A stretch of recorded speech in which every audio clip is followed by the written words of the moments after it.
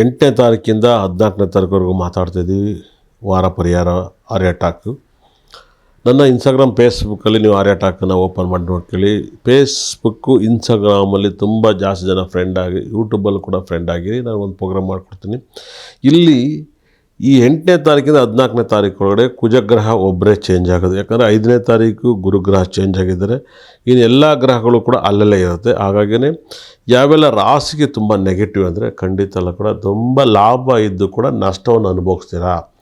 ಈ ಒಂದು 8ನೇ ತಾರೀಕಿಂದ 15ನೇ ತಾರೀಕುವರೆಗೂ ತುಂಬ ನಷ್ಟಗಳು ಅನುಭವಿಸೋಂಥ ರಾಶಿಗಳು ಒಂದು ಭಾಳ ದೊಡ್ಡ ಹೊಡೆತ ಹೊಡೆಯೋದು ಮಕರ ರಾಶಿ. ಮಕರ ರಾಶಿಗೆ ವ್ಯಯಸ್ಥಾನದಲ್ಲಿ ಕುಜಗ್ರಹ ಬರೋದು ತುಂಬ ವೆರಿ ಡೇಂಜರ್ ಆಗುತ್ತೆ. ಅದೇ ರೀತಿಯಲ್ಲಿ ವೃಷಭ ರಾಶಿಯವರಿಗೆ ಸಾಕಷ್ಟು ಡೈವರ್ಸು, ಲವ್ ಫೇಲ್ಯೂರ್ ಆಗೋಂಥ ಚಾನ್ಸಸ್ ಜಾಸ್ತಿ ಇದೆ. ಯಾಕಂದರೆ ಸಪ್ತಮಾಧಿಪತಿ ಅಷ್ಟಮಕ್ಕೆ ಹೋದಾಗ ಲವ್ ಫೇಲ್ಯೂರ್, ಮ್ಯಾರೇಜ್ ಲೈಫ್ ಕಿರಿಕು ಇಂಥವ್ರಿಗಿದ್ದ ಜಾಸ್ತಿ ಆಗ್ತಾ ಹೋಗುತ್ತೆ. ತುಂಬ ಕೇರ್ಫುಲ್ಲಾಗಿ ಹ್ಯಾಂಡಲ್ ಮಾಡಬೇಕಾಗತ್ತೆ. ಅದೇ ರೀತಿಯಲ್ಲಿ ಸಾಕಷ್ಟು ಘಟನೆಗಳು, ಕುಜನ ದೃಷ್ಟಿ ಮತ್ತು ಒಂದು ಧನುಸು ರಾಶಿಯವ್ರಿಗೆ ಏನೆಲ್ಲ ಆಗುತ್ತೆ ಅಂದರೆ ಆಪ್ರೇಷನ್ಗಳು ಆಗೋ ಚಾನ್ಸಸ್ ಜಾಸ್ತಿ ಇರುತ್ತೆ. ಕುಂಭರಾಶಿ ತುಂಬ ರಾಜಯೋಗನ ಕೊಡ್ತಾ ಹೋಗ್ತಾನೆ. ಕುಂಭರಾಶಿಯಲ್ಲಿ ರಾಹು ಕರೆದು ಮೀನರಾಶಿಗೆ ವಿಪರೀತ ರಾಜಯೋಗನ ಕೊಡ್ತಾನೆ. ಅದು ಕೂಡ ಒಳ್ಳೆಯದಾಗುತ್ತೆ. ಅದೇ ಥರ ಒಂದು ವೃಶ್ಚಿಕ ರಾಶಿಯವರಿಗೆ ತುಂಬ ಒಳ್ಳೆಯದು ಕೆಟ್ಟದ್ದು ಎರಡೂ ಕೂಡ ನಡೀತಾ ಹೋಗುತ್ತೆ. ಈ ಗ್ರಹಗಳು ಕೇತು ಗ್ರಹ ಸಿಂಹ ರಾಶಿಯಲ್ಲಿದ್ದಾನೆ, ಭಾಳ ಮಿರಾಕಲ್ ಸಕ್ಸಸ್ಸನ್ನು ಕೊಡ್ತಾ ಹೋಗುತ್ತೆ.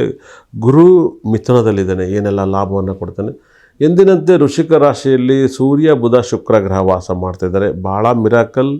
8ರಿಂದ 14ನೇ ತಾರೀಕುವರೆಗೂ ವಾರ ಪರಿಹಾರ ಆರ್ಯ ಟಾಕಲ್ಲಿ ಒಂದು ಒಪಿನಿಯನ್ ಸಬ್ಜೆಕ್ಟನ್ನು ನೋಡ್ತಾ ಹೋಗೋದಾರೆ ಸಾಕಷ್ಟು ವೃಷಭ ರಾಶಿಗೆ ಟೆನ್ಷನ್ ಕೊಡ್ತಾ ಹೋಗುತ್ತೆ. ಆದರೆ ಸಿಂಹ ರಾಶಿಗೆ ಭಾಳ ಅದ್ಭುತವಾದ ಲಾಭವನ್ನು ಕೊಡ್ತಾ ಹೋಗ್ತಾನೆ. ಆದರೆ ಕಟಕ ರಾಶಿಗೆ ಮಾತ್ರ ತುಂಬ ಆಪತ್ತಿನಲ್ಲಿ ಸಿಗಾಕಿರ್ತೀರ ಅಂತ ಹೇಳುತ್ತೆ. ಈ ವಾರದಲ್ಲಿ ಕಟಕ ರಾಶಿಗೆ ತುಂಬ ಆಪತ್ತುಗಳು ತುಂಬ ಕಂಡು ಬರ್ತಾಯಿದೆ. ತುಂಬ ಜಾಗೃತಗಿರಿ.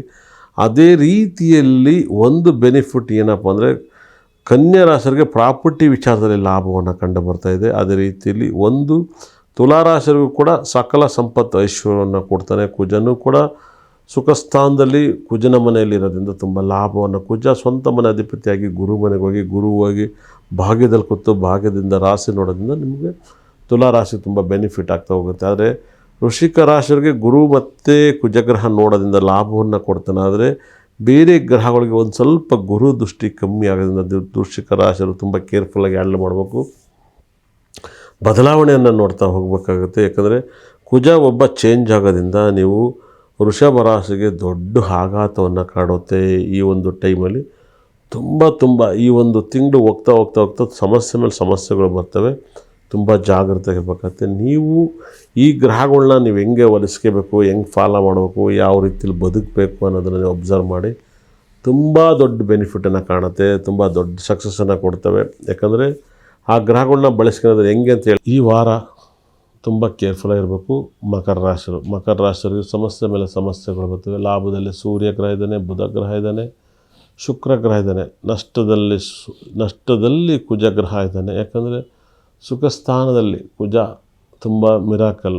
ಕುಜನೂ ನೀವು ಕಂಟ್ರೋಲ್ ಮಾಡಿ ತುಂಬ ಒಳ್ಳೆಯದಾಗುತ್ತೆ. ಕುಜನಿಂದ ನೀವು ಭಾಳ ವಿಶೇಷ. ಕುಜ 4ನೇ ಮನೆ 11ನೇ ಮನೆಯಲ್ಲಿರುವಂಥ ಕುಜ ಭಾಳ ವೈಬ್ರೇಷನ್ ವ್ಯಯಸ್ಥಾನದಲ್ಲಿದ್ದಾನೆ. 100% ತಿರುಚೆಂದೂರು ಮುರುಗನ್ನ ನೀವು ಮಕರ ರಾಶಿಯಲ್ಲಿ ದರ್ಶನ ಮಾಡಿದರೆ ಆದರೆ ನಿಮ್ಮ ಲೈಫಲ್ಲಿ ತುಂಬ ಪಾಸಿಟಿವ್ ಆಗುತ್ತದೆ. ದೇವರು ನಿಮ್ಮನ್ನು ಪ್ರಾರ್ಥನಿಸಿದಾಗ ನಿಮಗೆ ಫಲವನ್ನು ಕೊಡ್ತಾನೆ. ರಾಹು ಗ್ರಹ ಮುಂದೆ ಇದ್ದು ಹಿಂದೆ ಕುಜ ಇದೆ, ಅದಕ್ಕೆ ಮುಂದೆ ಗ್ರಹ ಶನಿ ಗ್ರಹ ಇದ್ದಾನೆ. 3 ಪಾಪಗ್ರಹಗಳು ಬ್ಯಾಕ್ ಟು ಮಕರ ರಾಶಿಗಿದ್ದಾರೆ. ಹಾಗಾಗಿ ಮಕರ ರಾಶಿಯವರಿಗೆ ಇನ್ನು ಮುಂದೆ ಹಂತವಾಗಿ ಟೈಮ್ ತುಂಬ ಕೆಡುತ್ತೆ. ತುಂಬ ಕೇರ್ಫುಲ್ಲಾಗಿ ಹ್ಯಾಂಡಲ್ ಮಾಡಿ. ಹಂತವಾಗಿ ಟೈಮ್ ಕೆಡೋದ್ರಿಂದ ನೀವು ತುಂಬ ಕೇರ್ಫುಲ್ಲಾಗಿ ಹ್ಯಾಂಡಲ್ ಮಾಡೋದಷ್ಟು ತುಂಬ ಒಳ್ಳೆಯದು. ಇರೋದರಲ್ಲಿ ತುಂಬ ಕೇರ್ಫುಲ್ಲಾಗಿ ಹ್ಯಾಂಡಲ್ ಮಾಡಿದ್ರೆ ನಿಮ್ಮ ದೇವರು ತುಂಬ ಚೆನ್ನಾಗಿರ್ತಾನೆ. ಯಾಕಂದರೆ ಸಾಕಷ್ಟು ಸಿನಿಮಾಗಳು ರಿಲೀಸ್ ಆಗ್ತಿದ್ದಾವೆ ಈ ಒಂದು ತಿಂಗಳಲ್ಲಿ. ನನಗೇನೋ ಒಪಿನಿಯನ್ 50-50 ಇದ್ದಾವೆ ಕನ್ನಡ ಸಿನಿಮಾಗಳಲ್ಲಿ. ಕಾದು ನೋಡೋಣ ಸಕ್ಸಸ್ ಫೀಲಿಂಗ್ ಹೇಗಿರುತ್ತೆ ಅಂತ ನೋಡೋಣ. ಗ್ರಹಗಳ ಮೇಲೆ ಗ್ರಹಗಳನ್ನ ಆರಾಧಿಸಿ, ತುಂಬ ಒಳ್ಳೆಯದಾಗುತ್ತೆ, ತುಂಬ ಮಿರಾಕಲ್ ಆಗುತ್ತೆ, ತುಂಬ ಪಾಸಿಟಿವ್ನ ಕೊಡ್ತಾ ಹೋಗ್ತಾರೆ. ಒಂದು ಅದ್ಭುತವಾದ ಗ್ರಹಗಳನ್ನ ಆರಾಧಿಸ್ತವೆ. ನಿಮ್ಮ ಲೈಫಲ್ಲಿ ಪಾಸಿಟಿವ್ ಮೇಲೆ ಪಾಸಿಟಿವ್ ಕೊಡ್ತವೆ. ನನಗೆ ತಿಳಿದಿರೋ ಪ್ರಕಾರ ನಿಮ್ಮ ಲೈಫಲ್ಲಿ ಈ ಒಂದು ತಿಂಗಳು ನೀವು ಅತಿ ಹೆಚ್ಚು ಜವಾಬ್ದಾರಿಗಿರಲೇಬೇಕಾಗುತ್ತದೆ. ಬರುವಂಥ ಕಷ್ಟವನ್ನು ನೀವು ನೀಟಾಗಿ ಬಗೆಹರಿಸ್ಕೊಳ್ಳಿ. ತುಂಬ ಒಳ್ಳೆಯದಾಗಲಿ. ಮಕರ ರಾಶಿಗೆ ಮನಸ್ತಾಪಗಳು 50-50 ಇರ್ತದೆ. ಮನಸ್ತಾಪವನ್ನು ನೀವು ಮಾಡ್ಕೋಬೇಡಿ. ತುಂಬ ಪ್ರಾಬ್ಲಮ್, ಮನಸ್ತಾಪದಿಂದ ನೀವು ನರಳಬೇಡಿ. ಕಷ್ಟಗಳು ಮನುಷ್ಯನಿಗೆ ಬರದಲೇ ಮರಕ್ಕೆ ಬರಲ್ಲ. ಸ್ವಲ್ಪ ಉಸಿರು ಬಿಡ್ತಾಯಿದ್ರಿ, ಆದರೆ ಮತ್ತೆ ಮನಸ್ತಾಪಗಳು ಬರ್ತವೆ. ಮನಸ್ತಾಪವನ್ನು ನೀವು ಪಡ್ಕೊಂಡು ಒಂದಲ್ಲ ಒಂದು ಸಮಸ್ಯೆಯನ್ನು ನೀವು ಪಡ್ಕೊಳ್ಳಿ. ಯಾಕಂದರೆ ಮನಸ್ತಾಪದಿಂದ ನೀವೇನೂ ಆಗಕ್ಕೆ ಹೋಗಬೇಡಿ. ಮನಸ್ತಾಪಗಳು ಸಾಕಷ್ಟು ಘಟನೆಗಳು, ದುಃಖಗಳು ಮನಸ್ತಾಪದಿಂದ ನೀವು ಆಗ್ತಾಯಿದ್ರಿಂದ ನಿಮ್ಮ ಲೈಫಲ್ಲಿ ಒಂದಲ್ಲ ಒಂದು ಸಂಕಟಗಳನ್ನು ನೀವು ಆಚೆ ಬರಬೇಕಾಗುತ್ತದೆ. ಯಾಕಂದರೆ ಮನಸ್ತಾಪಕ್ಕೆ ದುಃಖವನ್ನು ನಾವು ಕೊಡೋಕ್ಕೆ, ಯಾಕಂದರೆ ಗ್ರಹಗಳು ಒಂದಲ್ಲ ಒಂದು ಗ್ರಹಗಳು ಬಿಡಲ್ಲ. ಆ ಥರದ ಒಂದು ಪ್ರಾಬ್ಲಮ್ನಲ್ಲಿ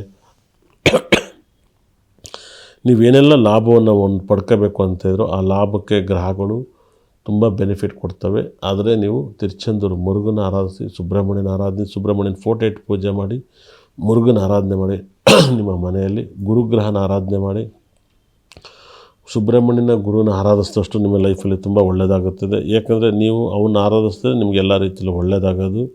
ನಿಮ್ಮ ಲೈಫಲ್ಲಿ ಅವನ್ನ ಎಷ್ಟು ಆರಾಧಿಸ್ತೀರೋ ಅಷ್ಟು ಒಳ್ಳೆಯ ಶುಭಫಲನ ಕೊಡ್ತಾನೆ. ಆ ಗ್ರಹನ ನೀವು ಆರಾಧಿಸಿ, ನಿಮ್ಮ ಭಗವಂತ ಬಲವಾಗಿ ಕೊಡ್ತಾನೆ. ನಿಮ್ಮ ರಾಶಿಯಲ್ಲಿ ಈ ಸರಿ ಬಹಳ ಅದ್ಭುತವಾಗಿ ಕಾರ್ ನಂಬರ್, ವೆಹಿಕಲ್ ನಂಬರ್ಸ್ ಮೇಲೆಲ್ಲ ನೀವು 2 ಮತ್ತು 6 ಬರ್ಕೊಳ್ಳಿ, ತುಂಬ ಪಾಸಿಟಿವ್ ಆಗ್ತದೆ.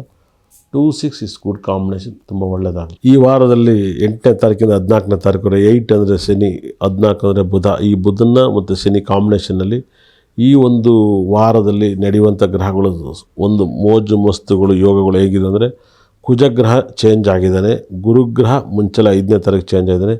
ಕುಜ ಮತ್ತು ಗುರುಗ್ರಹ ನೋಡೋದ್ರಿಂದ ಏನೆಲ್ಲ ಲಾಭ ಕೊಡುತ್ತೆ, ಯಾವೆಲ್ಲ ರಾಶಿಗೆ ಅದು ಒಂದು ದೊಡ್ಡ ಪಾಯಿಂಟ್ಸು.